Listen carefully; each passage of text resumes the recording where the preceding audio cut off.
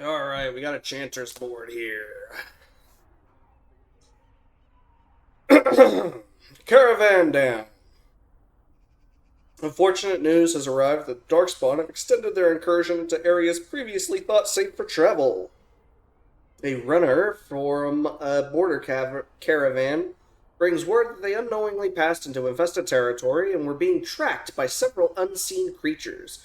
He was dispatched to seek help and does not know the fate of his fellows, or the viability of the trade route. Travelers in the area are urged to be cautious. Any with the ability to rescue or determine the status of the troubled group will be rewarded. Brothers and sons, the Darkspawn incursions in the south have made for difficult communication, even through official means. The relatives of the conscripts in Company East Hill have beseeched me to deliver word of their brothers and sons. I have no means to do so, but can point a traveler to Stoutheart in the proper direction of their recent engagement. To any who are able to find their loved ones, I offer what little silver they have been able to entrust to the board, as well as the sincerest gratitude of the Chantry. Skin deep. Runner sends this request from Knight Commander Thames. While the reports I have heard no doubt suffer from exaggeration, the observed creatures resulting Redcliffe troubled me greatly. If we are to properly combat these unnatural agents and prevent their reoccurrence, the mages bound to my service will require carefully prepared samples of flesh for study. Thereafter, should a deployment occur, we will be well briefed.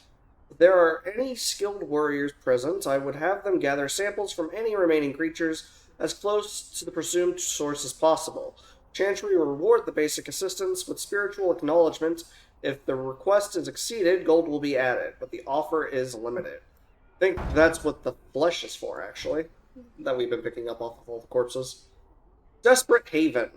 A runner has brought me dire news of a group of refugees fleeing the Darkspawn. They have been cornered in unfamiliar ground, fighting for their lives. Templars are necessarily occupied, and my own means are few and stretched. Someone of skill has the ability to deliver these people. I can only offer the honest gratitude of myself and the Chantry. Hopefully that'll be enough for the rare person we need. Unintended consequences. Something is stalking the wilds, killing the good merchants who support our towns in these difficult times. One would assume that this is the reason the Chantry employs the use of the Templars, but they are unmindful of a simple brother's plea. I understand that they have the Darkspawn and the constant threat of the uncontrolled magic to contend with, but are they not meant to protect the common people? Whatever the source of this thing, whatever unconscionable force has unleashed it, someone must make the road safe again. All we know is that it is not animal, bandit, or darkspawn. If anyone will stand, I will provide of my own wealth as compensation. Alright. Blackstone regulars. Well, alright. Grease the wheels. I have a task that requires some tact and discretion. I think you're perfect for the job. The Blackstone irregulars cannot survive without the patronage of the nobles, mages, and other groups who retain our services. For that work to continue, however, we have to ensure the people are looking out for our interests. To that end, I ask you to make a trip to Dinnerroom and pass on our appreciation to certain individuals. Return when you are done, and I'll see that you are rewarded. You have anything for me? Maker's blessings upon you, Warden. Alright. I think the only other person to talk to would be the blacksmith. Make sure his daughter returned alright. Well, hello, you lot. My Valena returned. She told me of your daring rescue. I can't begin to tell you how grateful I am. Take this. A reward for your deed. It's dwarven made and should serve you well. Thank you. I was glad to help. Thank you again. I'm forever in your debt. How are you, Valena? Thank you, my lady. I'd never have been able to return to my father if it wasn't for you. Not a problem. Alright. So with that being... Oh. I've already... Oh, the flesh one. Right. And after much sweat, blood, and toil, her labors ended. Ooh, 5 whole gold. Oh, a billion on gold. Are you, madame? We'll get some dexterity. Alright. Actually, real quick, give me just a second. Alright, I was double checking it, and apparently, as long as one member has 2 into survival, then we can calm the Hala and Brazilian Forest. So, I'm gonna go ahead and put some survival into Lelion. I hope that's a good choice.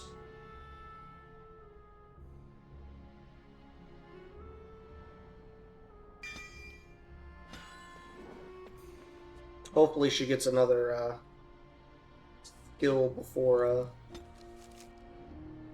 we end up getting that far.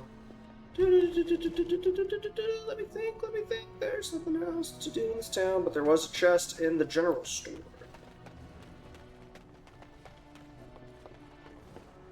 It's Caitlin's home. Is she in here? No.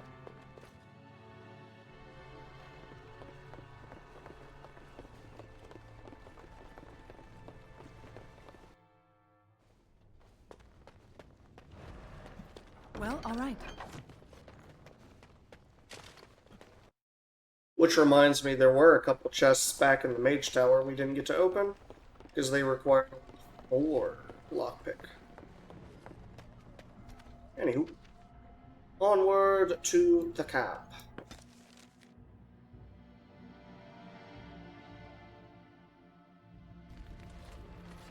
Now that we're back at the camp, I want to talk about what happened at Redcliffe. I think it turned out quite well, don't you? I just wanted to thank you. You went out of your way to save the Isle's family, and you did it. Even though it would have been easier not to. There's been so much death and destruction. It makes me feel good that at least we were able to save something. No matter how small. I owed the Isle that much.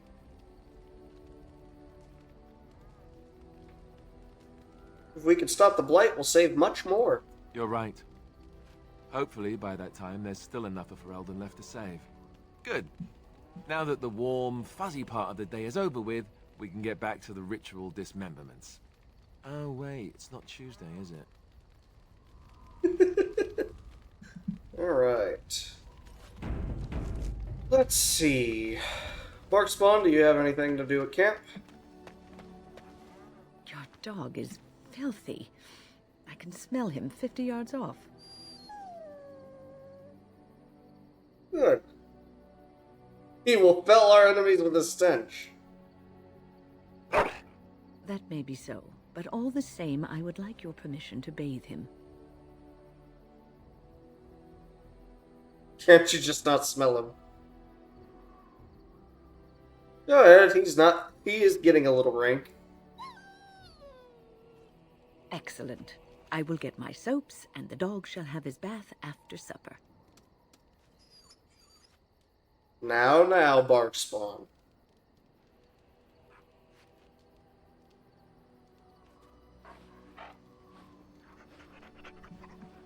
Good boy. Fair enough. Alright, next we shall chat Lelion. See if she has anything. Which she should. Have I ever told you I really like the way you wear your hair? My hair? Thank you. It's very nice, and it suits you. Simple. Not like the elaborate hairstyles we wore in Orlais. They involved flowers, ribbons, jewels. 1 year, feathers were all the rage, and Lady Elise decided she needed to outdo everyone else, and actually wore live songbirds in her voluminous hair. The chirping was quite charming for a while, but you must realize, terrified little birdies often have loose bowels. Poor birds. Yes, I don't envy them. She never washed her hair. But I was trying to say something nice to you, wasn't I? Oh, forgive me. My mind wanders so. It's just that I feel so comfortable talking to you.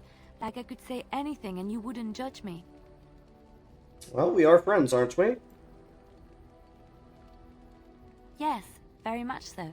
I haven't felt this close to anyone in a long time. I really enjoy your company.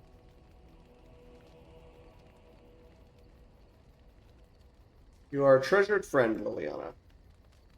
Thank you. I am honored that you feel that way.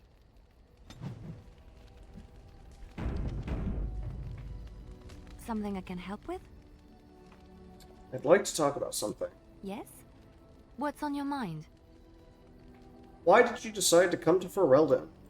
My mother was from Denerim, and I consider myself a Ferelden.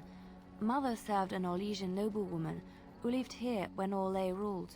When Orlais was defeated, and the common folk began to resent the presence of any Orlesian, the lady returned to Orlais. She took my mother with her. I was born in Orlais, and did not set foot in Ferelden till much later. Mother was always telling me stories of her homeland. I think she missed it. What happened to your mother? Mother died when I was very young. Lady Cecily let me stay with her. I had no one Ooh, I else. gave her the flowers early. She was quite old then, and she had me study music and dance to entertain her. It is unfair that I have more memories of Cecily than my mother. You remember nothing of your mother? Strangely, the only thing I really remember of Mother was her scent. She kept dry flowers in her closet amongst her clothes. Small white Ferelden wildflowers with a sweet fragrance. Mother called them Andrastis Grace. They were very rare in Orlais. But enough about that. Let us move on. Something I can help with? Yes? What's on your mind? You miss anything about Orlais? I miss Val-Royeaux. Unlike other cities where the people are the lifeblood and the character, Val-Royeaux was her own person, and her people little more than decorations. There was always music in Val-Royeaux, streaming from the many windows, quiet refrains and triumphant choruses, and always, floating above that all, the chant, coming from the Grand Cathedral. It was magnificent. Sounds wonderful. Oh, it would take me a day or two to talk about the many splendors of Orlais, her golden fields, her lush meadows. Of course there are good things and bad things about Orlais, like anywhere else. Sometimes I miss it dearly, and sometimes I'm glad I'm rid of it. And you will laugh at this, but I miss the fine things I had in Orlais.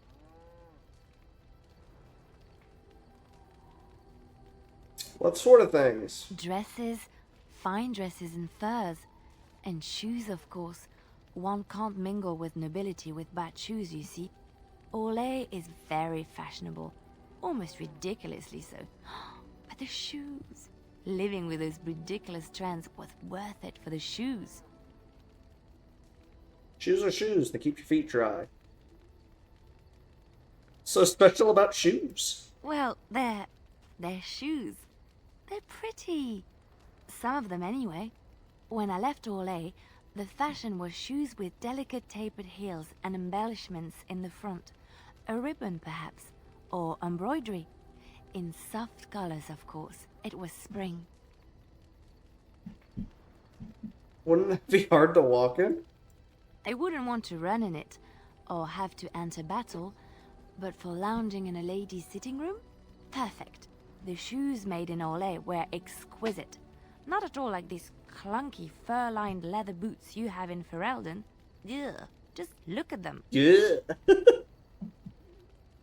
They're comfortable. They're sturdy shoes, but sometimes a girl just wants to have pretty feet. Oh, I could talk about shoes all day, but we have things to do, don't we? Something I can help with? Yes? What's on your mind? I heard that in Orlais, minstrels are often spies. Where did you hear this?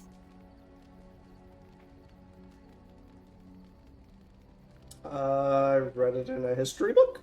And did you not think that this could be historical fact and no longer true? Not all minstrels are spies. Most are just singers and storytellers. But some of them are what we call bards. And the bards are spies? What's the Many difference? use the two words minstrel and bard interchangeably, but to do so in Orlais would cause misunderstanding. Bards are minstrels and more, Spies, as you say. Some say there is a bard order, but I don't think this is true. Many bards work alone or in small groups, doing the bidding of a patron who pays for their services. If there is an organization behind it all, no one knows who they are. Patron? What sort of patron? Nobles, mostly. In Orlais, there is much rivalry amongst the highborn. They fight over land, influence, and the favor of the empress. But they cannot do this openly because it is impolite, and in public, they wear smiling faces and pretend to be civil. In secret, they plot and scheme to destroy each other. It is a game completely meaningless to anyone but its players.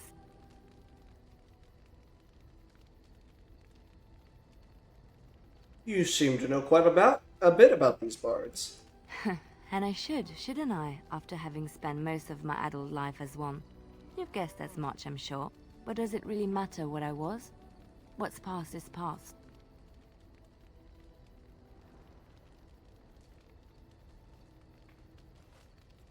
Why were you living cloistered, sister, in rural Ferelden?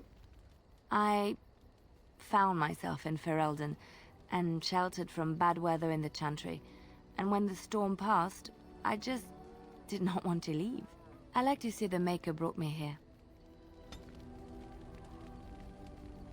Something I can help with? Can you teach me to be a bard? There's an idea. I've watched you, and I do think you'd find some of my skills quite easy to pick up. Let's just go over there, away from the others. For safety, yes? I expect there shall be daggers flying about willy-nilly for a time. Nice. I can unlock bard skills now. Something I can help with? I'd like to talk to you. Yes? What's on your mind? You are traveling this world. You have tales to share. Of course I do. I love stories far too much to keep them to myself. Everyone should be able to benefit from them, I think.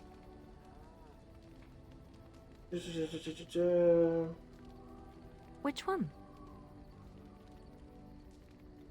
It will come to you soon. Alright, I'm never sure. mind then. Nothing else? Something I can help with? Nope. Very well. Let's see. Lynn, you're next. Oh, it's been a long day. Rest would be welcome. You alright? Yes, of course. I am just a little weary. As you may have noticed, I'm no spring chicken. You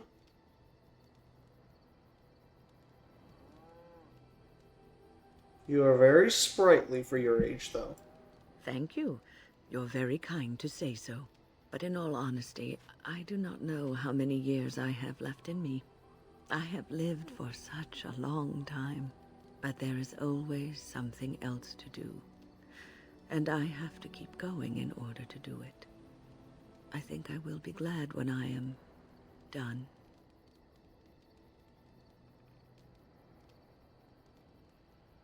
I'm sure you'll be kicking around for years yet.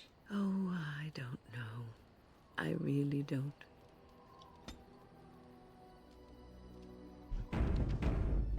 Have you encountered many abominations, apart from the ones in the Circle Tower? Well, there was Connor. Ah, yes, Connor, of course. The first time I saw an abomination, my blood turned to ice. It was months before the nightmares stopped. It was the knowledge that I could easily become one of them that frightened me the most.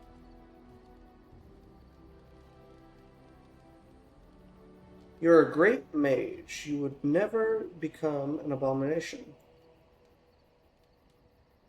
But it is this knowledge that drives you to be cautious. One slip. All it takes is one slip, and everything you are is simply gone. Replaced by madness. And there is no turning back, or at least that's what they say.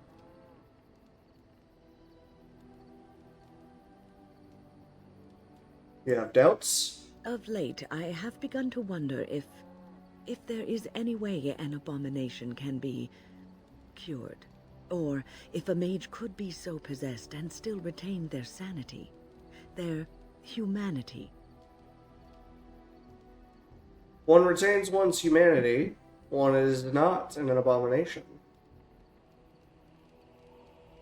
Yes, it is madness and cruelty that define abominations. If those are lacking, if the mage remembers the person they truly are, then they are not an abomination. I never saw that. Thank you for showing me another way of looking at it. Of course. So, tell me, how did you become a Grey Warden? Short story? I met Duncan and he liked me. Ah, you are keeping this tale to yourself, I see. Fair enough. Forgive me for prying. Well, I suppose I could tell you. I am interested to hear.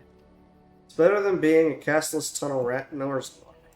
I have learned a little of the strict caste system of the dwarves, and I apologize for saying this, but it seems terribly backward.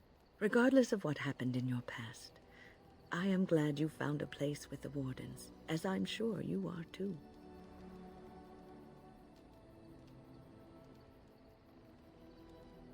It's nice to be seen as something other than a brand. Sometimes it gives me comfort to think that everything will end up the way it's supposed to, that it will be all right. You were chosen. You survived the joining when others did not. Perhaps it was meant to be. Oh, does Wynn know about the joining? I heard that was not well-spread information, but maybe Duncan mentioned it to her? Because she never was going to be a Grey Warden or something? I don't know. I must ask, what does being a Grey Warden mean to you?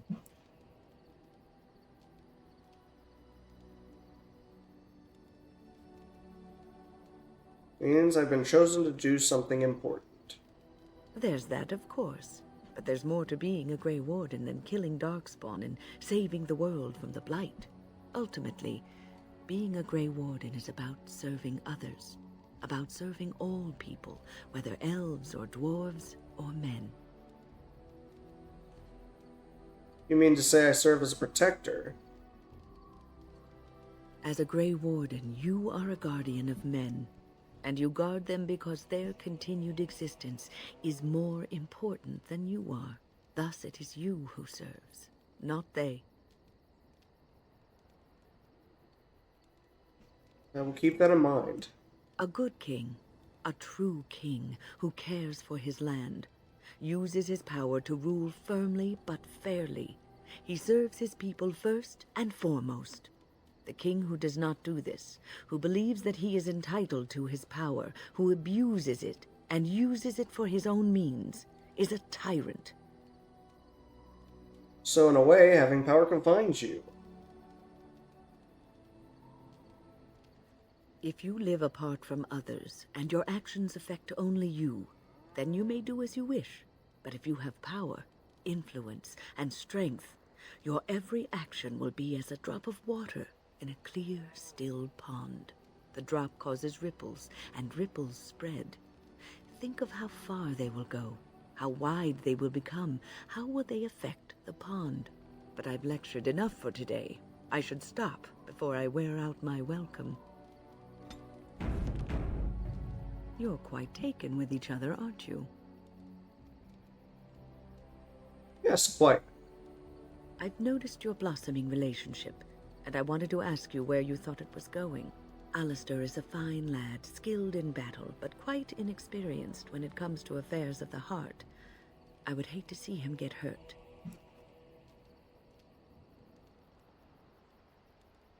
You saying that I might hurt Alistair? What about me? Not worried about me getting hurt. Just taking it one day at a time. You are both Grey Wardens, and he is the son of a king.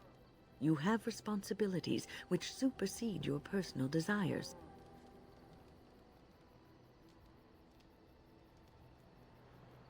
I can handle my responsibilities and my relationships. Love is ultimately selfish. It demands that one be devoted to a single person who may fully occupy one's mind and heart to the exclusion of all else. A Grey Warden cannot afford to be selfish. You may be forced to make a choice between saving your love and saving everyone else. And then what would you do?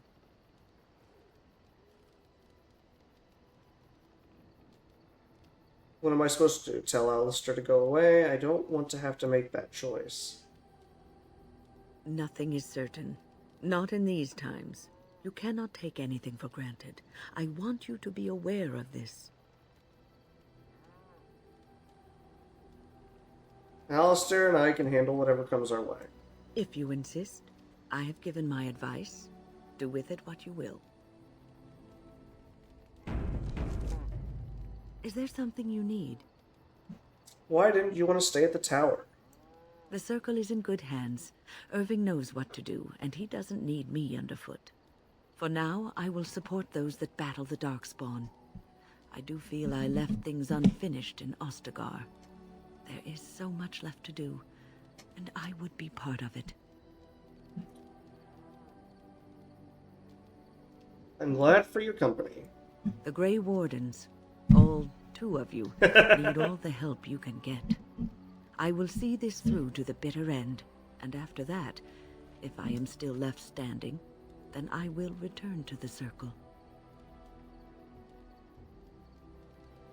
I'm sure you'll be able to return if you so choose.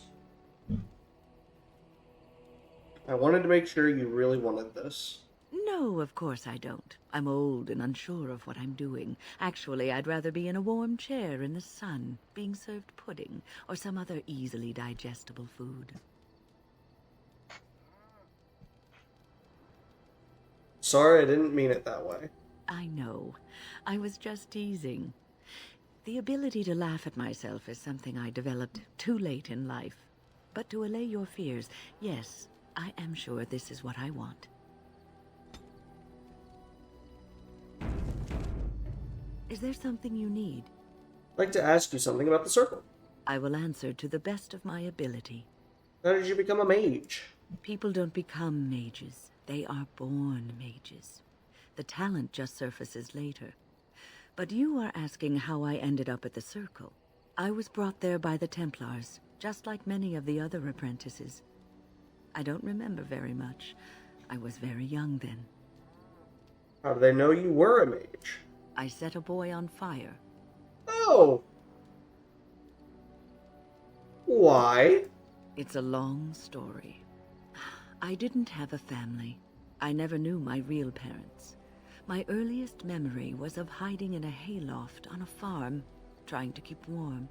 I was found, and the farmer's wife was kind enough not to send me away. But they had children of their own, and I was never made to feel welcome. The eldest son was the worst. He was always calling me a stray, and throwing anything he could get his hands on at me. And I don't know how it happened, but one day, he just found his hair on fire. Fortunately, there was a large trough nearby. Serves him right.